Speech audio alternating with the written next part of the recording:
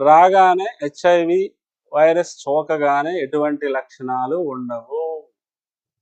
HIV virus సోకగానే ఎటువంటి లక్షణాలు ఉండవు. అది ఎయిడ్స్‌గా మారినప్పుడు మన ఇమ్యూనిటీ పోవడం వల్ల ఏ వ్యాధి వచ్చినా, దగ్గొచ్చినా, జలుబొచ్చినా లేదా తలనొప్పొచ్చి ఏది వచ్చినా తగ్గదు. అంటే కంటిన్యూగా జ్వరం, కంటిన్యూగా జలుబు, కంటిన్యూగా దగ్గు ఇలా ఏదైనా కంటిన్యూగా ఒక నెల పాటు ఉంటే ఏ యాంటీబయాటిక్స్, మెడిసిన్స్ ఏమి వాడినా తగ్గట్లేదు అంటే అప్పుడు మనం హెచ్ఐవి ఏమో అని మనం టెస్ట్ చేయించుకుంటాం. అయితే ఈ విధంగా లక్షణాలు రావడానికి చాలా మందిలో 5 సంవత్సరాలు పట్టొచ్చు, 6 సంవత్సరాలు పట్టొచ్చు, 10 సంవత్సరాలు పట్టొచ్చు, 15 సంవత్సరాలు పట్టొచ్చు.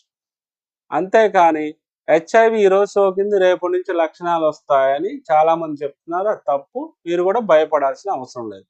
మరి ఎలా? హెచ్ఐవి ఒకవేళ సోకిందేమో